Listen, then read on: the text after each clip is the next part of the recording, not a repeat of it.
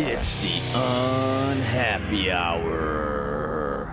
Hey everybody, welcome back. This is Brian Engelman. You're listening to the Unhappy Hour here on the TNAM radio network because the news always matters. This is thenewamericanmedia.com, and I appreciate you listening. If you haven't checked out our homepage, it's thenewamericanmedia.com.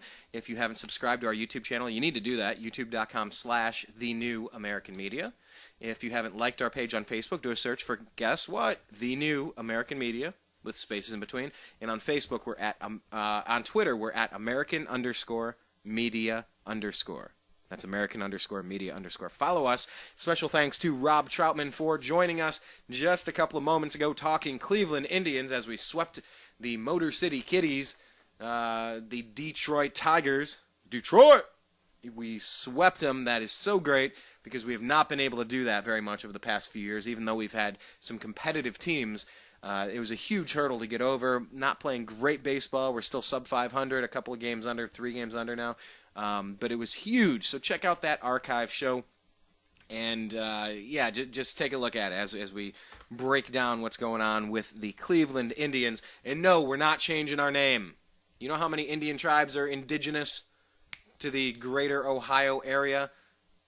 It ain't meant as disrespect. And hey, Congress, stop telling the Redskins to change their name. You know, whatever. But I know if the Redskins go down, you're coming after the Cleveland Indians next, and it's garbage. So I ain't putting up with it. Ain't tolerating it. That's my team. Come on. When Notre Dame is called the Fighting Irish, pick your battles a little wiser. All right? Getting a little tired of it. Anyway, I digress. But I want to welcome John Toburin into the program, bring him in. There's so much going on in the world of sports. We'll just see whatever's on his mind because it's one of those days. I mean, between the Cavs and the Browns, there's so much excitement in Cleveland right now.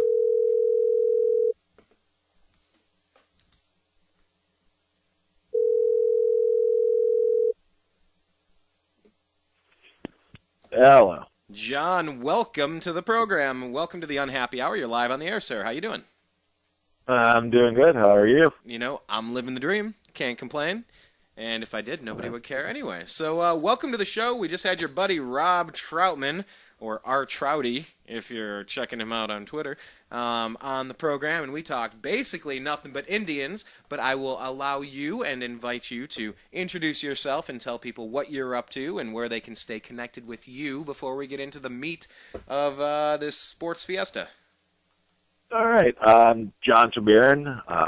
Live out here in nice Cleveland. You can follow me on Twitter at TallJohn78.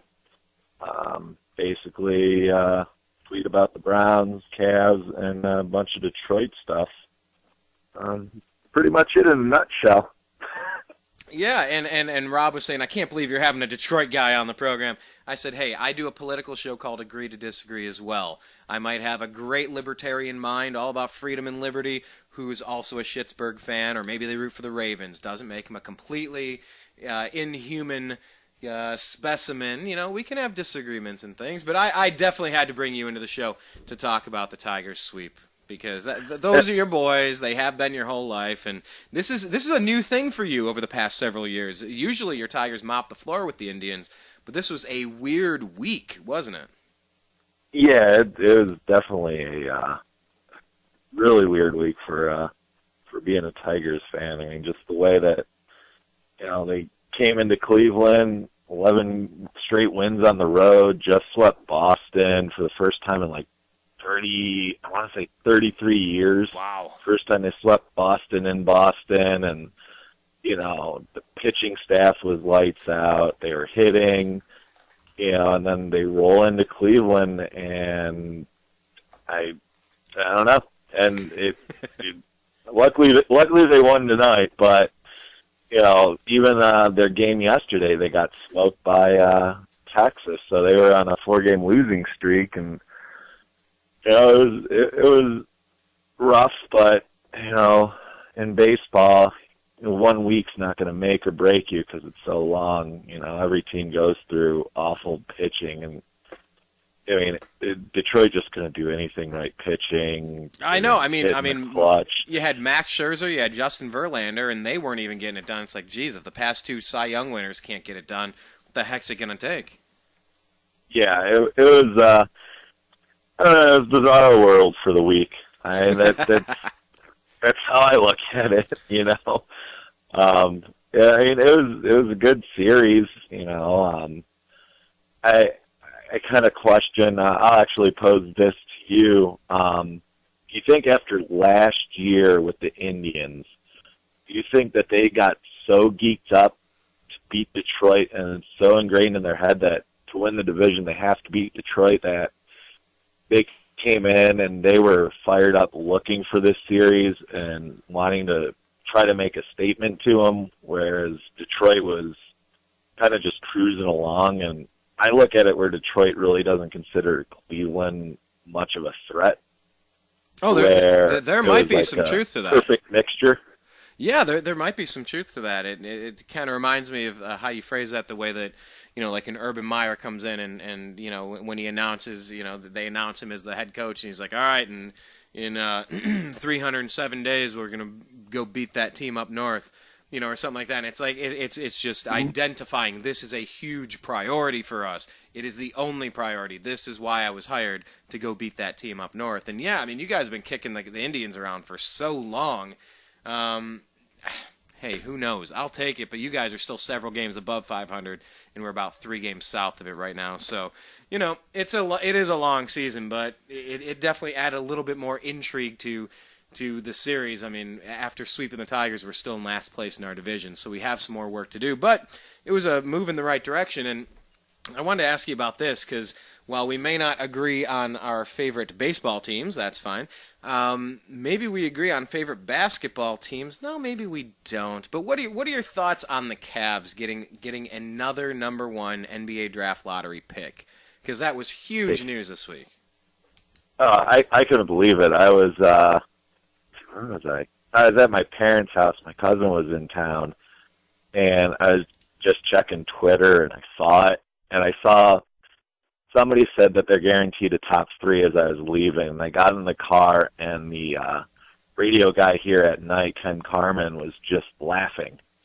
And I was like, right when I heard him laughing, I was like, oh my God, they got the first pick. How in the hell did this happen? And then my first thought was, okay, Chris Grant isn't here to screw it up. Now what do we do with it? And I'm torn.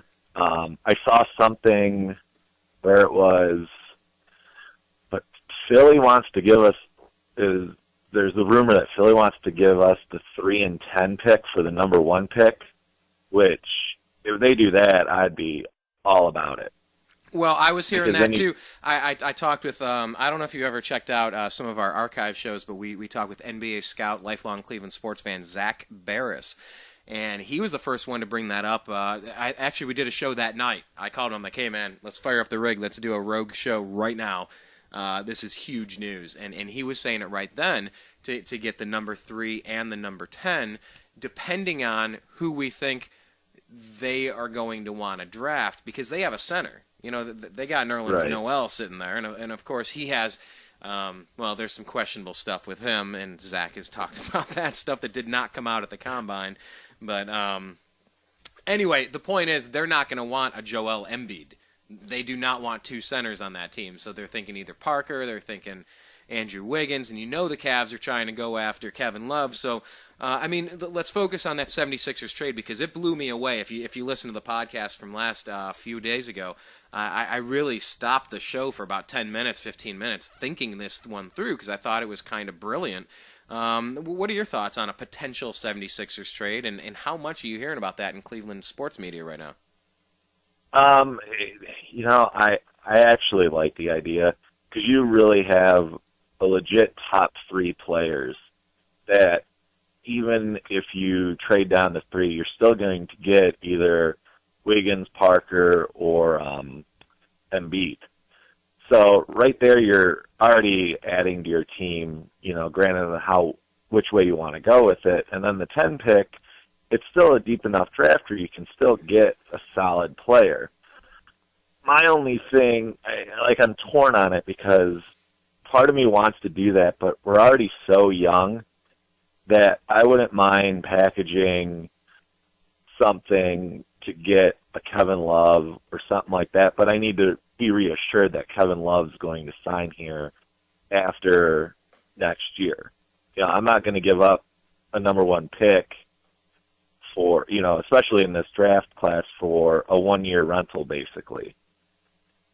So I'm torn. There's talk of it, but everybody's so focused on getting Kevin Love here and this and that, and the conspiracy that, the draft was fixed to get LeBron to come back to Cleveland, and the sports talk here just went rambling on and on about different things. So the actual Philly draft, or the Philly trade, if Kevin Love doesn't guarantee anything, I would seriously think hard about it, just because you can really improve your team in this year's draft with those 2 picks. Yeah, I don't think that there's any way. I have a few thoughts on this. I don't think that there's any way you draft Joel Embiid. If he's had back problems, and when big men have problems early, Zydrunas Ilgauskas with his feet issues, that aside, but he never really turned into a superstar. He turned into an all-star and a solid player, very reliable, but not a superstar. When you have big men that already have injuries, that is not who you don't take Greg Oden. You just can't do it. You gotta at least hit a home run. You don't need a grand slam, but you need a home run. And that's kind of what Jabari Parker and Andrew Wiggins are. And my buddy Zach, the NBA scout, Andrew Wiggins has pretty much been. Zach's been on the show for 3 years straight. Wiggins has been his favorite prospect that he's seen in many, many, many years. And I don't know if this draft is going to be like a LeBron, Dwayne Wade, Chris Bosh kind of Carmelo Anthony deep superstar draft, but I would not move to 3 if that means Joel Embiid. But the rumors are coming out that Embiid is at the top of the list. Okay, so what do you make of that? Now you got to consider the Kevin Love thing. No way do you rent him for a year. Unless that means that will get LeBron to sign a 5-year contract, okay, but then you sign Love after LeBron signs, or you sign him in tandem or something. But it just doesn't make sense for a rental player to give away, such an enormous prospect this year in Andrew Wiggins or Jabari Parker. I'm just scared away from Embiid. I'm sure he might be great like Andre Drummond, who we passed on. But if he already has injury problems, that stuff scares me so much, John. I just... Yep. I don't know. Am I crazy? Because I know Embiid has a lot of skill and talent, but if it's injury prone, I don't want to have anything to do with it. LeBron, if nothing else, is a train. He's a tank. He never goes down. He gets beat up, but he stands up. Dwayne Wade is falling apart at the seams, and you look at Greg Oden. He's never going to be anything because he's always injured. What are your thoughts? No, I completely agree with you. I just can't. If he was completely healthy, in college and there's no real problems, then maybe I would think about it. But you're right. You can't waste this gift, basically, or this string of luck. You cannot risk it on a guy with injury problems when you have 2 guys sitting there that have no injury problems and look like the sky's the limit. You just can't, because you look at, all right, Anthony Bennett, who knows what he's going to be. You're finally given a draft pick for the number 1 where there's real quality that you can get that can improve this team, because you still need, you need a wing player. We went into it last year, no wing play. You can get decent centers. I mean, look at what we got or who was it? Who do we trade for? Hawes? Spencer Hawes, yeah, from Philly. Yeah, I mean, you can get a decent big man, and the NBA is not a big man league anymore. It's not the 80s where you need that 7-footer in the middle. You're a wing player, you're a 4 that can shoot a 3, threes. You're basically an outside shooting team, and you need people that can drive the lane. You don't need a guy that's going to just be strictly 10 feet and in. So I agree. I can't do Embiid. I would probably lose my mind if they ended up drafting him. Yeah, so it's interesting to see that the rumors are coming out that Embiid is at the top of their list, just like how, Teddy Bridgewater was at the top of the Browns list, except, they had the chance to draft him and they went and got Johnny Manziel. It's all subterfuge. It's all cloaks and daggers and veiled interests, and it's trying to drum up as much interest as possible right now. But you said the Cavs being lucky. It reminded me of that quote from Empire Records. I am guided by a force much greater than luck. And who knows? Who knows if the sun is finally going to start shining on Cleveland? I don't know if do you ever watch that show? Relatively new, past few months. Olbermann on one of the ESPNs. Have you caught it?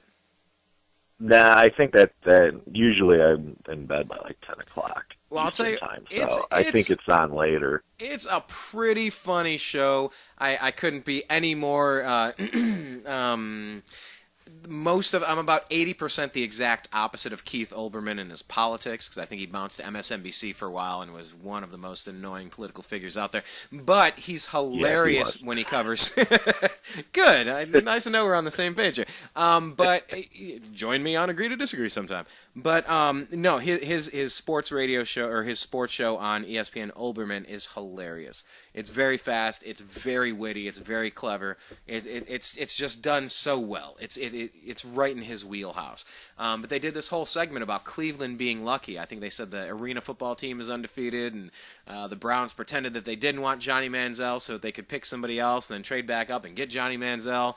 And guess what? LeBron is good friends with Johnny Manziel, and the Cavs get the #1 draft pick, and it's like it's all looking rosy. Although they the guy filling in for Keith Olbermann called it Berea, Ohio. I'm like, it's Berea. Are you kidding me? Come on, man. Anyway. I love when they screw it up. I know. Trying to be all clever, talking about the suburbs in Berea. Berea? What, J.J. Yeah. Berea? No, it's Berea. Anyway, I digress. But yeah, that was right around the corner from me where I grew up in Brunswick, not too far from you and the Red Onion. But anyway, they were talking about the luck and, guided by a force much greater than luck. And the conspiracy theories. Are they trying to get LeBron back? There are so many angles to consider on this. I don't think LeBron... And I will agree. A lot of the pundits that have said, LeBron does not want a project. He wants to win now. But if you take Kyrie Irving and LeBron James, what else do you need? I don't know. Maybe a Kevin Love.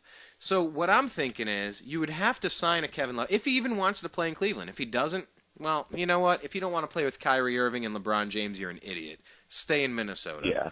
Or, go be the only decent player on a 40-year-old LA Lakers team. Good luck. Have fun, Kevin Love. I feel like what we should do is package like Tristan Thompson, Dion Waiters. What is it? We have an upcoming Memphis Grizzlies draft pick. Zach was cueing me in on this one. That's unprotected. Next year. Yeah, it's unprotected. It has to be a lottery pick in the next and they're an older team and they're going to be hitting their slide. Package some of those future assets up, get Kevin Love, and draft an Andrew Wiggins, and it's like, how does LeBron say no to that? Look around and go, all right, more Chris Bosh and Dwayne Wade, really? Yeah. I don't know, just talk about that in general, as far as some of the things we could do to maybe entice Kevin Love over here, knowing that neither of us want him for a rental. You got to get him to re-sign, but you got to put the pieces around to lure LeBron, to keep Kyrie. It's like if they all come together, they'll probably be cool with it, but 1 or 2 or 3, it's just not going to work. So what options do we have with Kevin Love? Basically, the only way that I can see him signing here long term is LeBron. I think that's the only way, because then it's, like you said, Kyrie, LeBron, and Love, and then, whoever we may draft or not draft, we can sign some players in free agency. I think that's the only way, because he's a West Coast guy. He wants to win, and where's Kevin? Hold on, are you talking about Kevin Love, or are we talking about? Yeah, Kevin Love. Where's he from? He played at. He played at UCLA. I think yeah. He's from like Santa Monica or something. Jeez, like right down the road from me. All right. Yeah, I forget exactly where he is, but that's the biggest thing is everybody's saying that he wants to go back out west, and it may not even have to be in L.A. He just wants to go back out west where he's closer to home. But going out west, you're in the Western Conference. You're guaranteed nothing. You come to Cleveland with Kyrie and LeBron, you're basically the favorite to win. And Andrew Wiggins, Wiggins or Jabari Parker. Because I really think we could package some future assets. If we would trade for Love, we'd have to give him the number one pick this year too. I don't think so because nobody else is going to get him. The Timberwolves know it. I don't know. I think that's way too high of a price to pay. And yes, he is from UCLA, drafted in the first round in 2008 by Memphis. 25 years old, from Santa Monica, California. You're absolutely correct, sir. Good work. Man, it's amazing sometimes when I get bored at work and read stuff. Nicely done. But yeah, I mean, I guess it all depends too on what we would give Minnesota in return if we could keep the number one. But I just can't see them not wanting the number one pick unless we give them. Oh, I'm sure they do want it. I'm sure they do want it, but we will give him Dion. We'll give him Anderson Varejao or Tristan Thompson or both, and maybe a future number one or something. But they're going to get literally zero from Kevin Love. He's made it public through his agent to the media, meaning I am now forcing your hand. And what better team than Cleveland to actually come up and say, listen, Minnesota, let me tell you, you want to know what it means when you lose your superstar and you get zero for it? Hi, we're Cleveland. That's why we're talking to you. It's been a horrible 4 years since that former king left and took his talents to South Beach. I mean, we're the one team that could actually say it. And yes, of course they would want the number one overall pick. Of course they'll want that. But no, it ain't happening, so we start exploring other options with other teams. I don't know. I just have this hunch that it's going to happen, that there's going to be a super team formed in Cleveland. I don't know. I would love it. I mean, that would be next to the Browns. Well, I mean, the only two Cleveland teams that I'm really fans of are the Browns and the Cavs. And the Browns, I still can't invest my money in season tickets, but I was close to buying season tickets for the Cavs this year just because of how much fun and what they looked like they could have been this year. And then when they hired Mike Brown, my idea of getting season tickets were completely gone. Yeah, but that's the other thing too, is who we get to coach. Thank you. And I had it on my notes here to bring up Billy Donovan, that reportedly the Cavs have been reaching out to. But I mean, imagine if you're Coach Cal, imagine if you're Calapari and you get, hey, so hi, this is Dan Gilbert. Really quick, just wanted to gauge your interest. If we draft Jabari Parker or Andrew Wiggins, and we have Kyrie, Irving, and Kevin Love and LeBron James, any chance you might want to come coach this team in the NBA? I mean, you kind of have your pick of coach at that point. Yeah, I like the idea of Cal just because I think that could get LeBron back here because LeBron is, I guess, acquaintances with Cal from what I've heard. So, and Cal's already said that he would love to coach LeBron. So what better way than get Cal to come up here, get LeBron to come back, and then one of my buddies at work threw this one out. If we do the trade with Philly, we get Cal, LeBron comes back, and then we draft. We do the 3 and 10, and at 10 we get Randall, the guy from Kentucky, and then we trade Tristan or whatever and get him out of the way. So then you get one of Cal's guys that he recruited. You get LeBron. You still have Kyrie. You have Dion. And Cal can figure out how to spread the ball around. And how can LeBron say no? Because he's not going to have to carry the team. He's going to have 2 young guys, well, 3 with Randall, that are going to be able to take some of the load off of them. I mean, that's like the perfect storm. And people here still don't want LeBron to come back. They want to try to win without him. I just want to win. I just want So to if win. he I just comes- want my title. I want it from my Browns, my Indians, my Cavs, my Buckeyes. I don't care where it comes from. I just want it. I just want it. Yeah. And I've been burned holding my breath on LeBron before. I felt like the perfect time for him to re-sign his deal would have been at home court. What was it, against maybe the Bulls? I'm trying to remember. With the Bulls, he was given that, what was it, maybe the MVP award or something, and all the speculation was, is he re-signing? We beat the Bulls. That's when he shot left-handed, and then he went in and played that half-assed series against the Celtics, put up good stats, but was totally not himself. Like he was totally out of there, throwing his jersey after the end of the game, like he almost threw the series. Kind of symbolic, but no, I felt like LeBron should have came out in that Bulls game, brought out a fold-out table and re-signed his contract there, and then that team was going to cruise to a championship in Cleveland. But like there was tension in the locker room. Everybody knew what was going on. Who knows what was going on with Delonte West or whatnot. So my point is that I've been burned rooting for LeBron James before. I've been down this road, and I don't really want to go through it now, except he is hands down, arguably, you can't even argue, he is the best player in the NBA. So, all right, you want to win without him? Cool, but how do you... I mean, he's the best in the league. You know, he's apologized for how he handled the decision.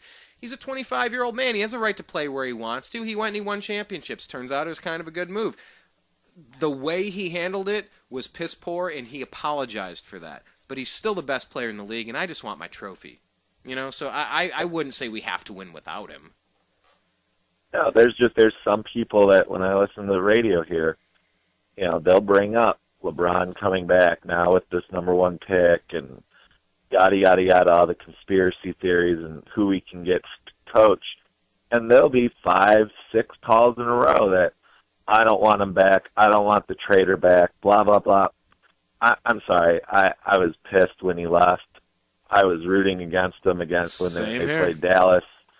You know, I'm over it now. Now I'm just like, all right, I want them to win. I need this team to be good, and if you're going to tell me that you won't take the best player on the planet right now back, then you're stupid. What is that phrase? Cutting off your own nose to spite your face? Take that face. I'm going to cut off my nose. That's exactly it. You know, Dan Gilbert, people are hanging on that Dan Gilbert letter still.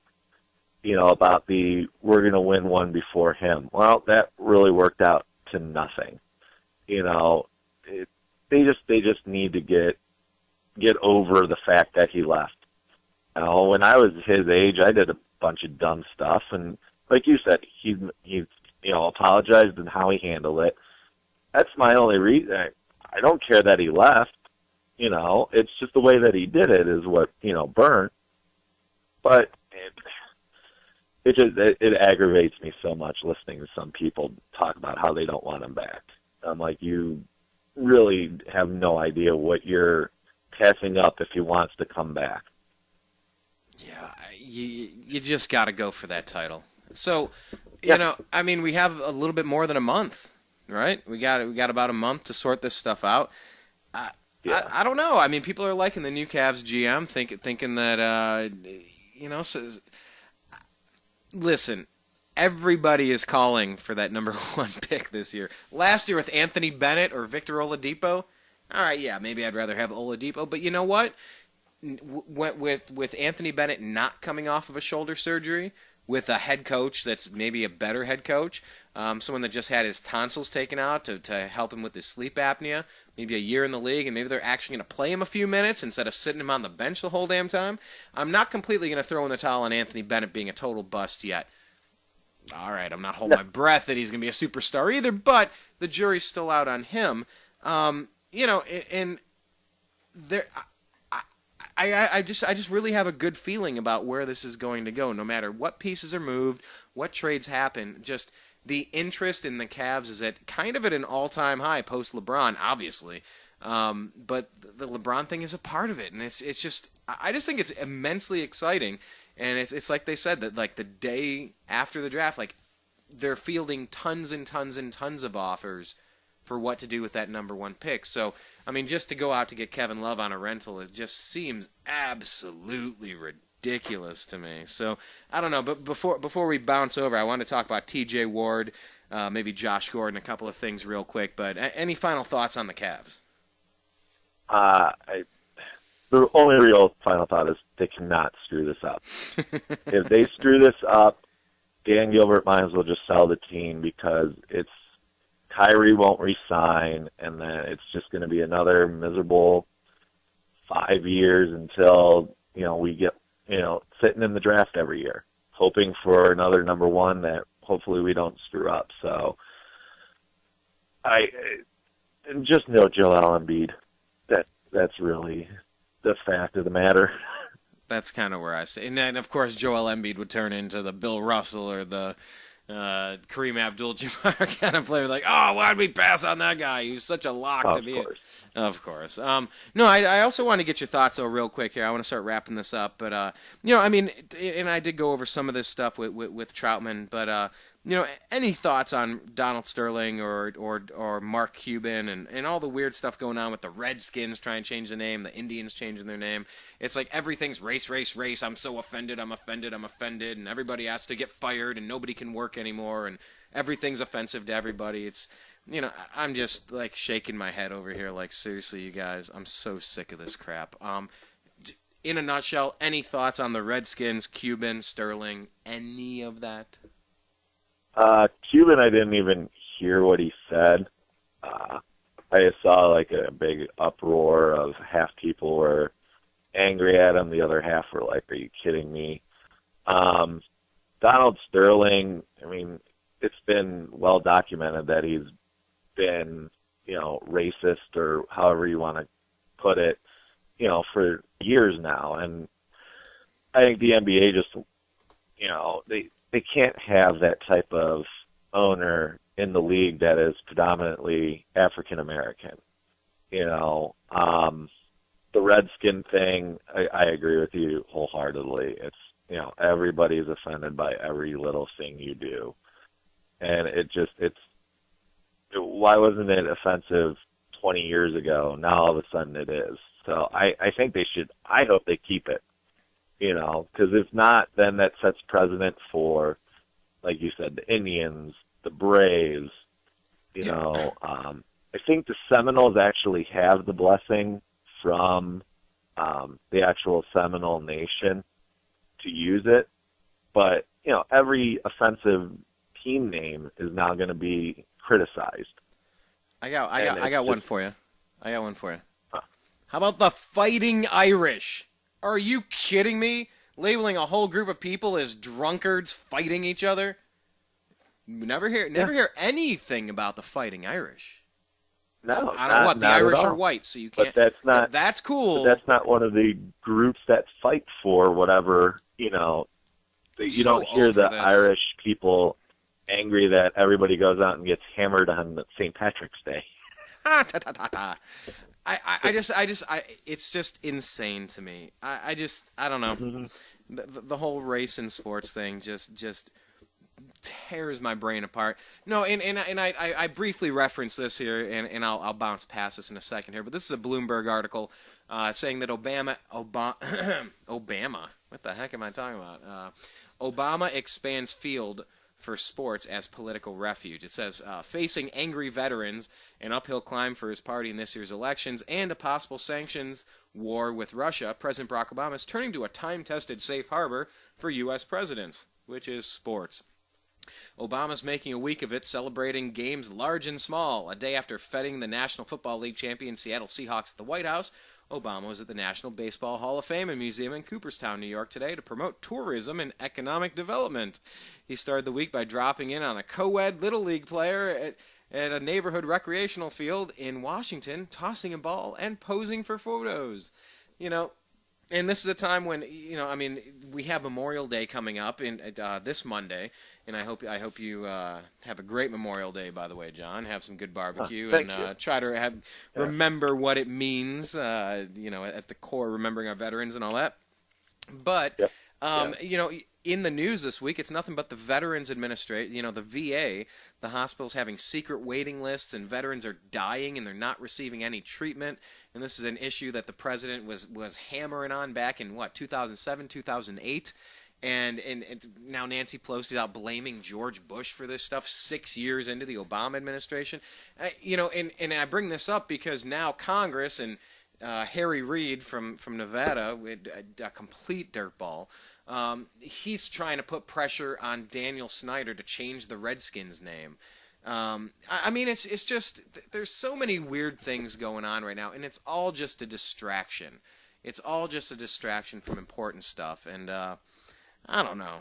I just kind of want to throw it out there and get any of your thoughts on it, because it obviously frustrates me. I'm a white Christian male, and I've been told for half of my life how evil I am nonstop for everything I think, everything I do, everything I don't do, everything that I agree with, everything I don't agree with, things I don't support, things I do support, and I'm just kind of tired of it. And I know we're talking sports here, but seriously, look across what we're talking about. Mark Cuban, Donald Sterling, Washington Redskins. It's sports is turning into this racial place where people are just shut down and called racists and kicked out, and it's just I don't know. It's obviously a little frustrating to me if you can't tell.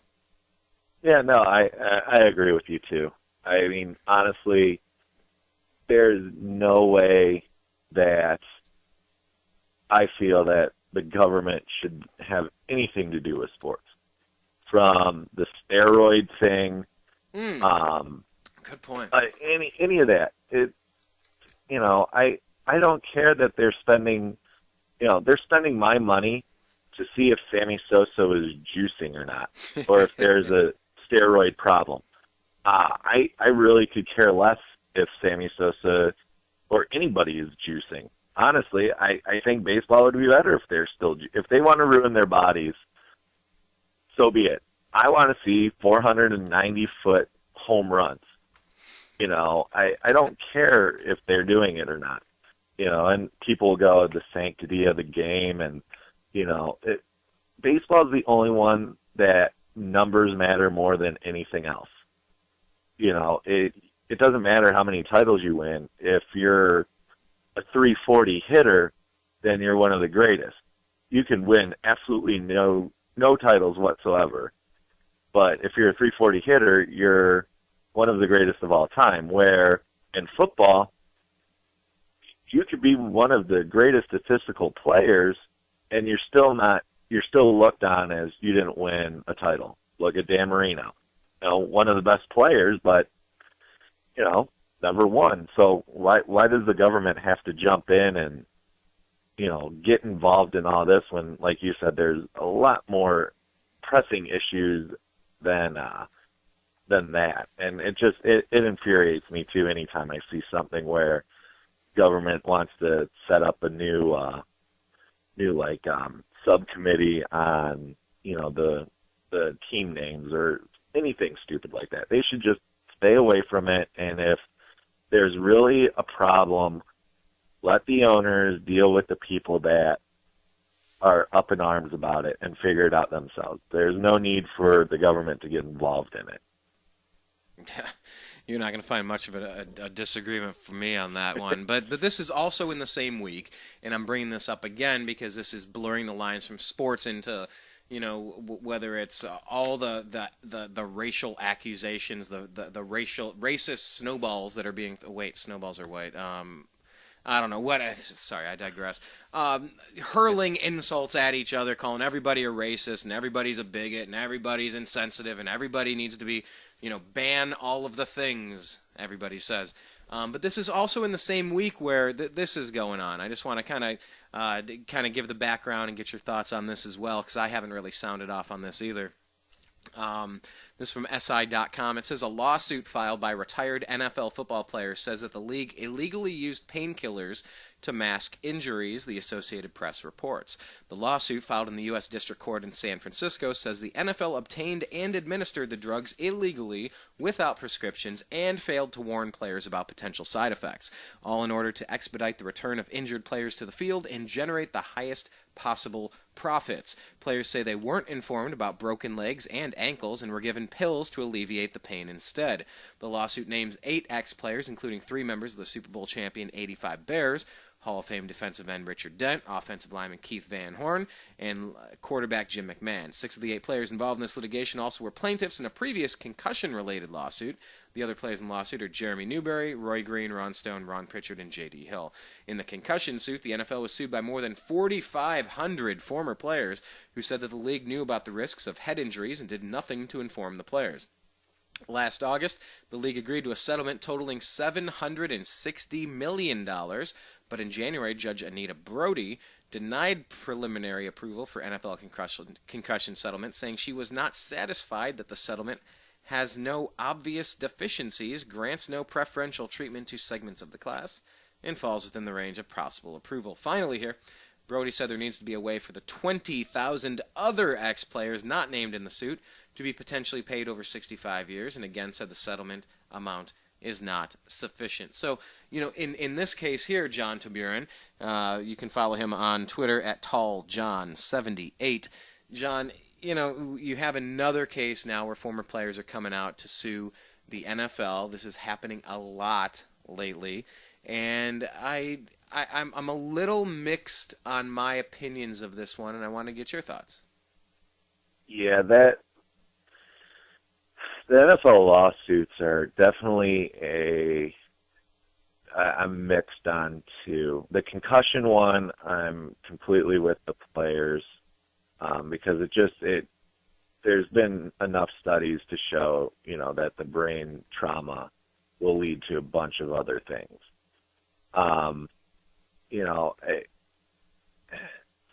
It's also the risk that you take.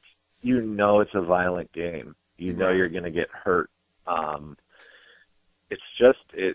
That one's just such a slippery slope because if you start, the concussion one's great because it sets a precedent for over every sport now there's concussions.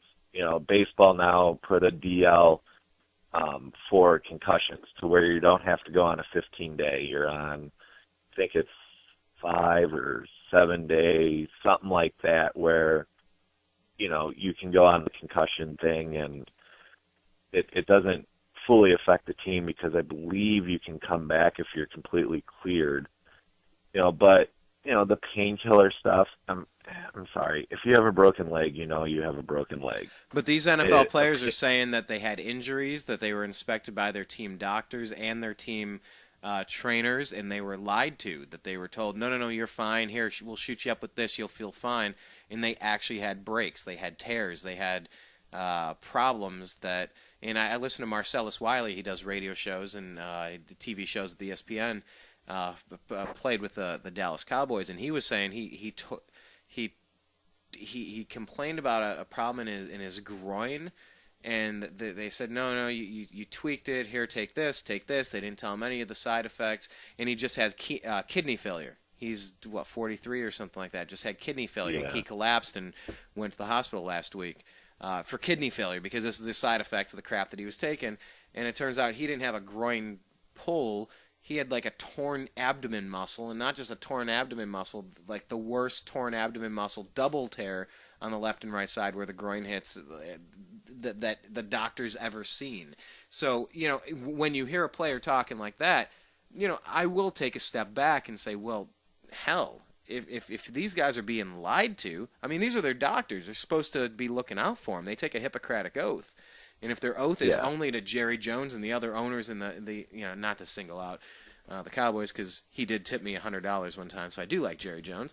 But if these doctors are not, in fact, representing their patients and only the owners of the league and just deferring injuries and stuff, that's something that's serious to me, and I will take a step back and consider, because that's some really bad stuff, John. If true. Yeah, no.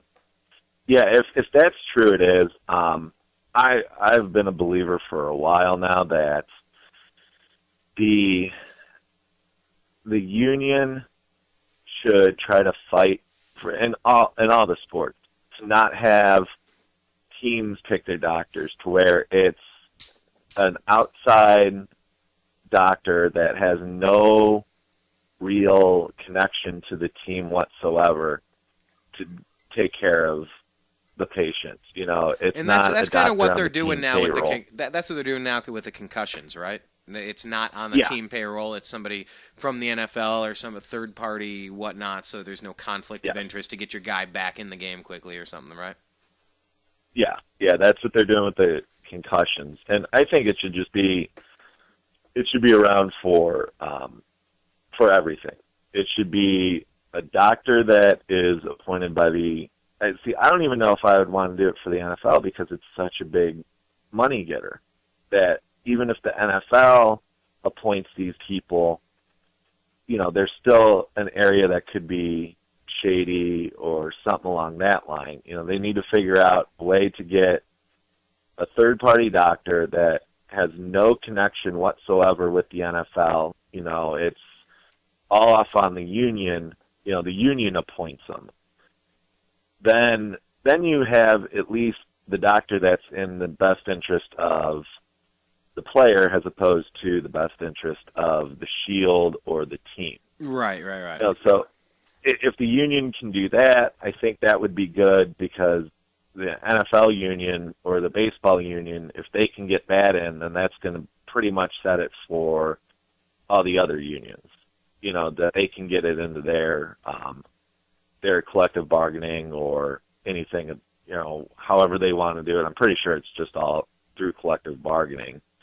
But they need to do something to where doctors aren't on the payroll of the teams, where they're paid by the union or something along that line.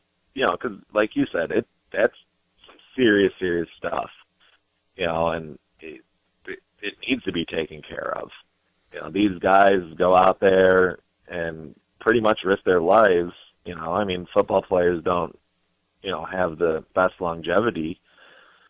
They need to do something to protect them, or else, the NFL, if there's any sport that can go from the top to the bottom real quick, it's the NFL because of the injuries. You see it now. Parents are pulling the kids kind of away from football because it's so violent, and at a young age, they don't want their kids taking the hits in the head and anything like that. That's going to end up damaging the NFL in 10, 15 years. You got more kids playing soccer and other non-contact sports to where the football or, NFL is going to take a hit on it eventually. So they need to do something. It's plain and simple. Yeah, and I played in high school for the Brunswick Blue Devils. I was recruited into college, and I'm not 6'5". I didn't have the perfect size to be recruited at like the major D1 schools or anything, but I was recruited at D2, D1 AA, Mount Union, who wins all those national championships in their division. They were calling me every week. Their coach really wanted me to play for him. But essentially my football career started in 9th grade after Pee Wee, and it ended in 12th grade as I went into college. So, I had a strong 4 years, and I had a great time doing it. And I really can't imagine my life without it. It really taught me so much about life and about persistence, and I was ineligible to play for a season over some technicality. I got one F in one class, one semester. That was the only F I had the entire year in 4 quarters. The only F I had. And if I had taken health instead of gym or phys ed, if they were flip-flopped, because it was half a year and half a year, I would have been eligible. But because of some stupid technicality, I was ineligible. So I couldn't play my whole sophomore season. And, it taught me a lot about persistence and still going to practice and fighting and getting playing time on special teams as a starter, on a team that played in St. Ignatius in the state championship my junior year, and then becoming a starter my senior year. Football taught me so many lessons. I really couldn't imagine my life without it. So I don't view the game as evil by any stretch of the imagination, but if there were a lot of bad things going on, we have to get to the bottom of it. We got to figure it out. And, a lot like so many stories that have come out in the past few years. I reserved judgment, to bring up Mark Cuban again, with the Trayvon Martin, George Zimmerman thing. I reserved my judgment on that for a long time, waiting to hear what the trial statistics proved, what the jury was hearing, what the facts of the case were. I didn't want to jump to, I'm not going to defend somebody. I'm not going to throw him into the slammer or hang him on a noose or, throw him in the electric chair or something.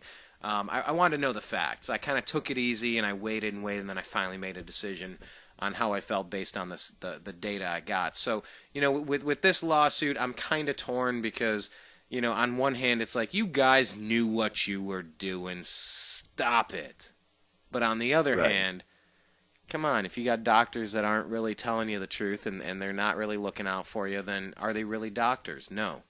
And there's a bit of a blurred line there. So I'm gonna kind of follow this one and kind of keep on top of it, keep track of what's going on here. But I just had two really quick things I wanted to maybe bounce off you really quick here, John, and maybe let you get going here because I know it's getting late there on the East Coast, and I appreciate your time. I just want to get your thoughts real quick on something really bizarre here. Let's see. I'm gonna throw a few words at you. Tell me if you know what I'm talking about. Strip club. Yeah, I'm just gonna throw words out. Tell me. Ring. You can ring in. You can buzz in as soon as you're ready to answer. Strip club. Denver. Former Brown. Yep. Oh, there he is. I need a sound effect. All right. Can my producer get me some sound effects? Oh wait, I'm the producer. Okay, I'll work on that. Get a little bell. Put it next to you. Oh, you know what? Hold on. Wait. I might have. Hold on. I do have something next to me, and this is so ridiculous. Oh, no, I moved it. I used to have a kazoo right here. I don't know where the hell... Where'd I get a kazoo, and where would I move a kazoo to? But it ain't where I thought it was. Anyway, I digress. Yeah, so former Browns player, secondary player, T.J. Ward, charged with a misdemeanor and assault. Misdemeanor assault, disturbing the peace, allegedly throwing a glass mug at a female bartender at a Denver strip club earlier this month. Okay, so any thoughts on this one? The Browns get rid of this guy, and then here we go again. You have Ray Rice in the news dragging his unconscious girlfriend, running back of the Ravens, dragging his unconscious girlfriend out of an elevator. You have Jim Irsay and all the problems that he has, owner of the Colts. You got T.J. Ward throwing mugs at strip club bartenders, and they're saying Josh Gordon might not have even failed a drug test. Not something that's performance enhancing like steroids or something or HGH. We're talking about weed that doesn't improve your performance. The NFL's just really kind of upside down to me when it comes to punishment. But any thoughts on this? Because the Browns let T.J. Ward go, signs a big deal with Denver, and now he's getting in trouble while we have Dante Whitner. Just any thoughts on that? Any random thoughts?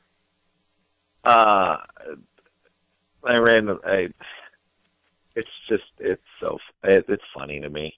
I mean, it really is. I would have taken Dante Whitner anyway, Oh, just hands down, left to right. You'd have obviously picked Whitner. Oh God, yeah. I love Dante Whitner even when he played at Ohio State, and I'm a Michigan fan. The way Whitner plays is so much different than T.J. Ward, and I just like what he brings. He's a better cover safety than T.J. But the whole, and like you said, the whole NFL is just so ass backwards. And Ray Rice is probably going to get 3 games for knocking his if anything fiance out. Huh? If anything, I mean, I still haven't heard.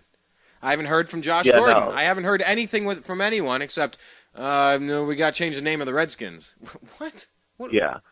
Well, and that's just the messed up thing is you get these guys that are assaulting women and all that, and they're not going to get suspended, or they're going to get suspended a couple of games. And you have Gordon, who he smokes some pot, so it's illegal. It's not illegal everywhere, and he's going to get a full year. You look in college basketball, Mitch McGary for Michigan.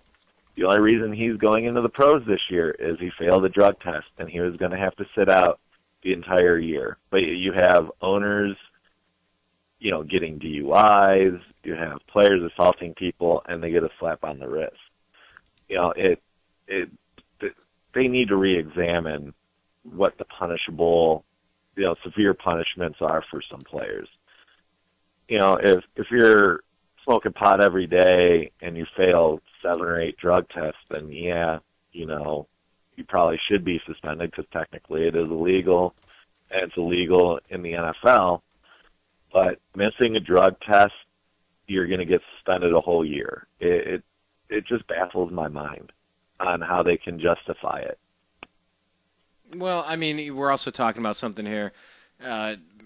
Marijuana has not been illegal since time immemorial. This is a relatively new thing.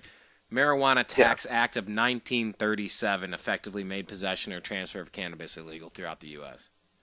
The prohibition didn't work. We made a freaking constitutional amendment to say, no, we're a smart group of people, and we know what you can and can't put in your body. Go figure. And then that led to so much crime and so much waste and so much abuse and so many problems. They actually had to put another constitutional amendment. You can't just erase it. You had to make one erasing such a big mistake and get it out of there. I mean, come on. If alcohol is one of the big sponsors at the NFL and NASCAR, seriously, NASCAR, driving cars, alcohol, really? Alcohol will make you drive 200 miles an hour. Weed will make you drive 2 miles an hour, so I've heard. Yeah. No, but I mean, seriously, if alcohol is out there, there's no reason that marijuana should even be considered in the same category as steroids, performance-enhancing drugs, all of that stuff. Codeine cough syrup. Really? Really? I mean, if they're mainlining this stuff and shooting it into their veins and, they're turning green and ripping their just all muscle. That doesn't happen. That's not what codeine or marijuana does to somebody. It's what HGH and steroids will do to you. I don't know. It's just this whole thing's so wacky, John. It is. Everything is. When you start really looking at it and looking at some of its things, it's just completely insane on how, certain things are punishable by year suspensions and other things that I feel are far worse for athletes to do as role models to kids, and they get slaps on the wrist or no penalties at all. Everything is backwards. It really just it pisses me off sometimes. It's selective enforcement, and that's I brought up that story about Barack Obama. Running to sports as a refuge for all the political. It's selective enforcement. That's one of the things going on in Washington. The IRS is targeting their political enemies.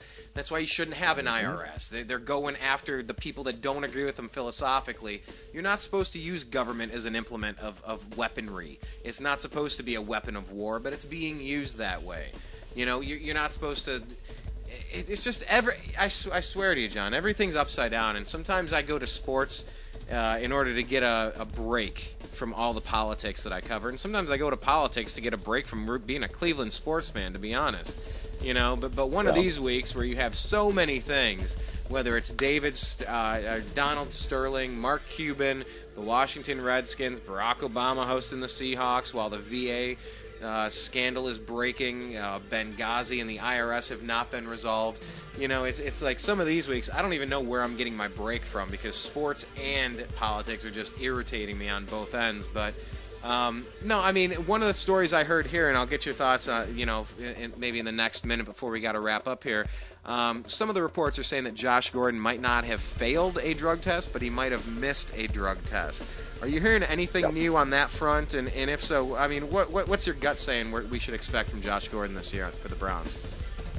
That's all that they've said so far is that he possibly is the reason that he failed or didn't fail is that he missed the drug test, and in the NFL's eyes that's an admission of guilt. So I'm going to guess if he technically did miss it, then we're going to see him on the field at some point this year. Oh, You yeah. know, I would say probably 8 games that he'll be suspended for just because he missed it. Because he can't, they can't suspend him for the whole year if he didn't fail a drug test. The NFLPA will, you know, really battle for him in that one. You know, but until everything comes out, you know, nobody knows. So the only people that really know, I think, are probably a couple people on the team and Josh Gordon, you know, and his agent in the NFL. And they're going to keep it under their hat until the hearing or whatever is done, and then they can release the info. I think that's how the collective bargaining went with the drug test now, that everything's pretty much hush-hush until the actual hearing is over with. Yeah, it is really weird, John. It's taking forever, and we still don't have any info. But you know what? Yeah. We're going to have a few more weeks to follow this story, and we're going to get some updates. So really quick, everybody, if you haven't followed John on Twitter, do so. He's at TallJohn78. John, I got to run, but hey, man, I appreciate you joining us talking Cleveland sports and a little bit of your Detroit sports as well. And we'll bring you back in the next few months as we move forward here and root for some Cleveland Browns, Indians, Cavs, and Buckeye action, man. Thank you very much for your time again. No problem. Anytime. All right, take care, John. You have a great weekend. Happy Memorial Day. My name's Brian Engelman. We'll be right back on the other side. This is the New American Media.